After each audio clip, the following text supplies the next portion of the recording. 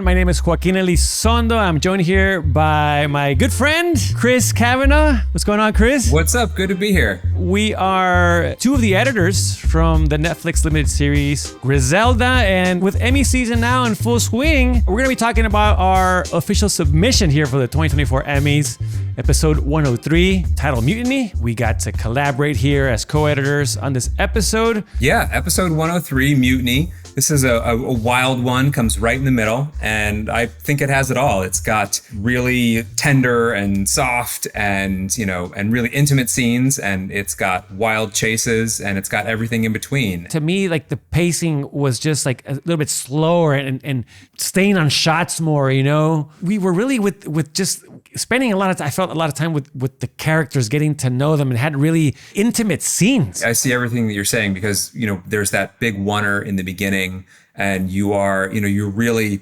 we're following people. And it's sort of, tipping our hat a little bit that we're following these people, and we are, following them, at length through the house, and you're going to visit a lot of different people doing different things. Well, speaking of pacing, this is a quote from a Variety review of GRISELDA, but they say that the scenes are so sharply cut that the series is perfectly paced. And first of all, thank you, Variety. I gotta say, thank you, Variety. That's much appreciated. That's very much appreciated. And when I think of that episode, I think so much about the big meeting scene, and I want to ask you about the big meeting scene because Netflix built the trailer for the entire series around the big meeting scene.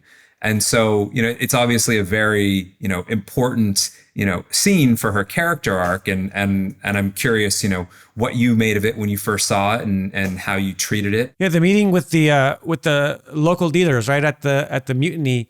Yeah, that scene, from the get-go, I remember like getting dailies. I think the first shot was that long pan as we see all the dealers and then over to GRISELDA, and then seeing kind of like then the shot from behind, right, of GRISELDA, and then you saw like the entire room. Like just from seeing that, like those shots, say, in the Avid bin, literally, like that to me kind of like gave me an idea of like the feeling and the tone for that scene and the pacing, right? Because it was a long dialogue scene. I mean, I think we even took some lines out. I mean, that was a much longer scene. Again, now talking about, say Sofia Vergara in this role right now, obviously being known for her comedic performances, now doing this very dramatic scene. And so there's also like a sense of like responsibility, you feel like, right? It's like really having to say, all right, we got to really, really bring it here with her performance, right? As far as like putting it together.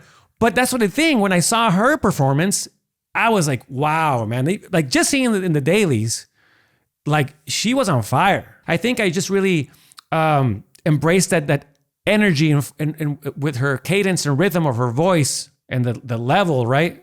As she's speaking at, and then knowing, then the thing is like knowing when to cut, right? To the looks from all the dealers, right? At what moment? And I remember like, I think I had maybe a string out of just like looks, moments, eyes, just an eye looking here, this and that, right? And it's like knowing kind of when to cut to that, get that right reaction, because it's like the energy shifts, right? From her like telling the dealers that, you know what, we're not gonna take this buyout, don't take it, right? And then like, Papa Mejia comes up and just kind of sucks the energy out of her, and say, you know what, screw this.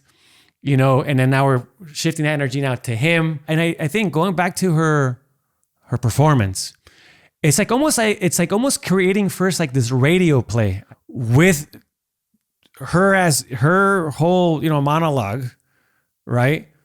And putting that together, finding the best performances, the best lines, right? Because also I knew that that's, sometimes maybe you could easily cover it because there was just a lot of coverage, right? Or enough coverage to say, I very likely can get out of this situation. I can use a line here where she's not on camera and whatnot, So I really focus on, building kind of that radio play, just kind of thinking more audio wise in a sense, right? And then from that, finding that right rhythm in the moments, right? As far as like what she is saying, right? Who is she kind of targeting or mentioning? And then at that point, cutting to say, that shot of that other character, and then finding it again so that the scene, because again, it's just dialogue. So you got to kind of keep it moving, right? But I also don't want to make it too cutty, because that's not, you know, and again, going back to this episode, I think where it just, and I think you're right, it's like, it starts from that oneer towards the beginning of the episode. I just, in general, felt that this was an episode where we just stayed with our shots a little bit longer. But again, you had to keep it moving, right? You had to keep it moving, but not make it too cutty.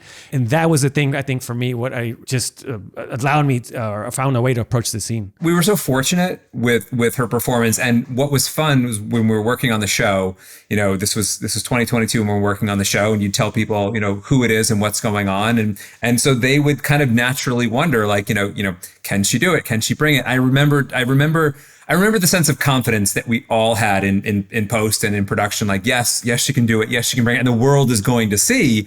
And then the world did see. And what's really fun too is that this story takes place, you know, 45 years ago, right? But the problems that she's facing and the obstacles that she's facing as a woman trying to get ahead ring true, you know, today. And in the way that she has to finesse situations, you know, completely ring true today. And I think that's why one of the reasons why people, you know, like the show so much is that it doesn't feel dated. It feels current in that sense. I feel like we were just always so grateful to have what we were given with her performance and everybody's performance.